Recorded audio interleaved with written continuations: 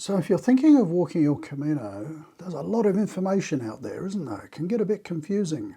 We're going to talk about that this week because I reckon you do you.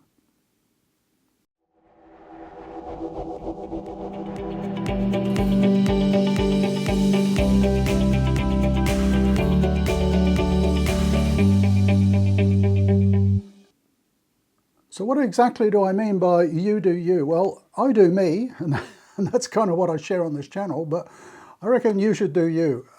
There's a lot of information out there on the Camino, isn't there? And it can be a bit overwhelming. There's, gear and different routes and guidebooks and time of year to go, and it can all just get a little bit too much sometimes.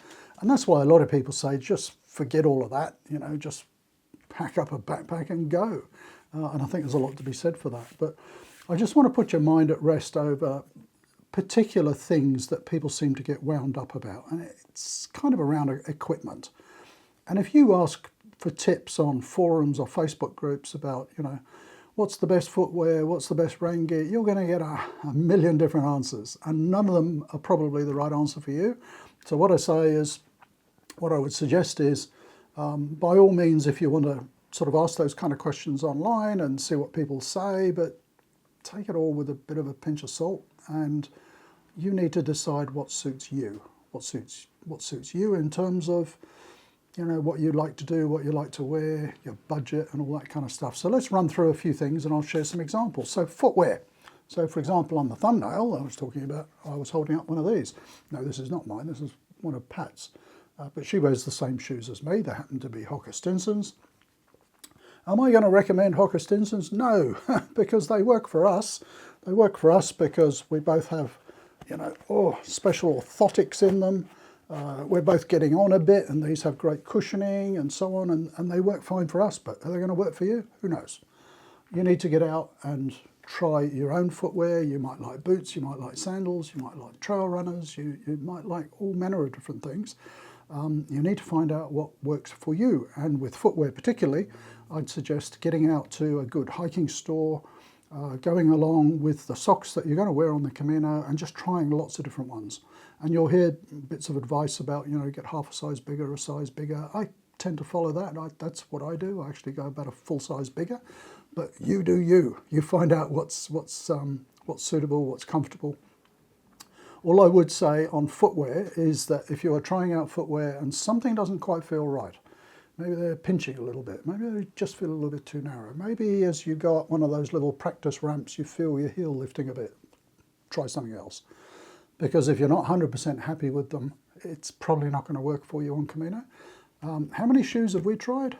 I actually had to get new shoes for my last Camino, and it was not stressing me out, but it was extremely frustrating because I just couldn't find stuff.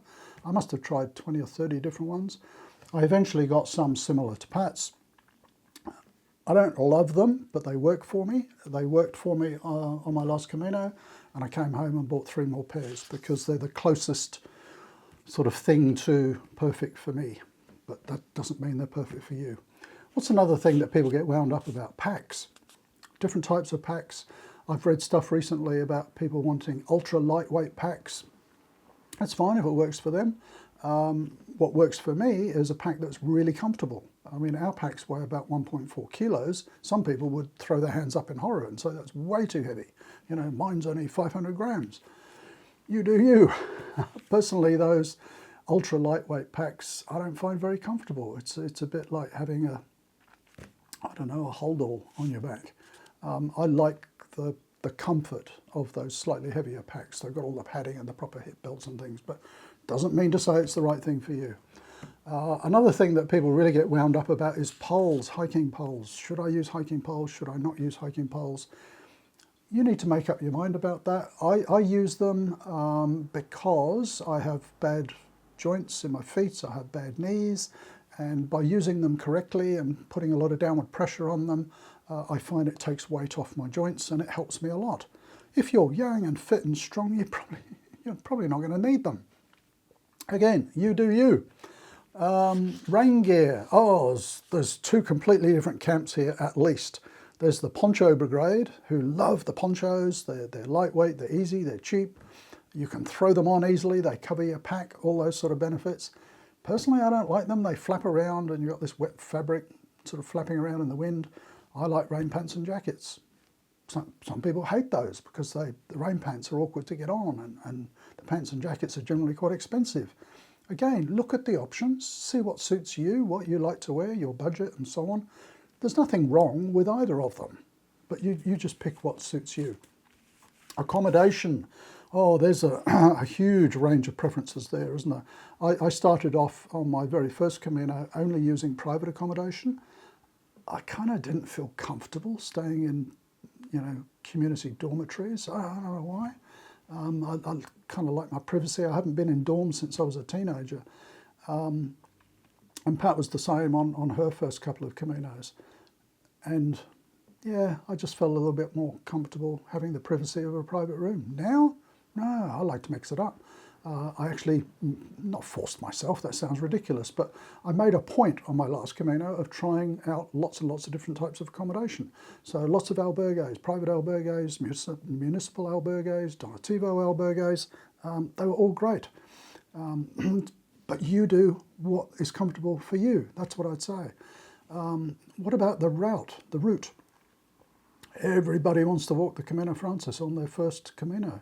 I kind of get that. It feels like the original route, although it's not. I think the Primitivo is. It's certainly the most popular and therefore quite busy. It's very social, if that's what you like. It's got great infrastructure because there's so many people who walk it. Think about what you want from your Camino. Do you want that lots and lots of infrastructure options? Do you want have lots of other people around you? Or are you a bit more adventurous and you're happy to walk on a route where there isn't too many options for accommodation? It's kind of take it or leave it, or maybe a couple, and you don't see a lot of people. There's extremes. It's not to say one is better than the other. I've certainly done both. I like both. I'm tending towards the less popular ones. I'm kind of over the crowds, I guess, but that's me. You do you. You getting the point? Don't get too hung up about what other people do on their Camino. The Camino is there for all of us. It's for all of us to enjoy. It's for all of us to get out of it what we want. Although I would hope we're walking it, I'm going to get in trouble saying this. I would hope we're not walking it just for a cheap hiking trip. It's a lot more than that. Think of the history of the Camino, the opportunities it throws up. For me, it's a spiritual journey. I've never hidden that fact. I know for a lot of people it's not. But whatever style or type of Camino you're walking, I just end off, and I'm sure someone will make a negative comment about this, but I would just end off by saying, whatever route you're walking, however you're walking it, do respect how others want to walk it, and respect the fact that it is an ancient, traditional Christian pilgrimage route, and before that, pagan, I think. But let's get back onto the flavour of this video. However you want to do it, with whatever gear, you do you, I'll do me, and they'll do them. So do share an opinion down below. If you have a particular view on gear or anything like that, let's not try and push people into doing things in a particular way, but share your experience. Maybe you've tried one thing, tried another, and you found a different one better. What I would say, and particularly around accommodation, is mix it up a bit. I didn't do that on my first couple. I hid away in private rooms. Not that I don't think it detracted from my experience, or Pat's when she came with me, but I wasn't getting the full sort of exposure to the whole sort of Camino thing, if you like. And now, having experienced albergues, I would recommend, if you're thinking, I don't want to stay in dormitories, give it a go. Even if it's sort of one or two, just experience the different elements of the Camino. But you do you. I'm pushing you down a particular track now. Thanks for watching. Love to hear your comments. Bye for now.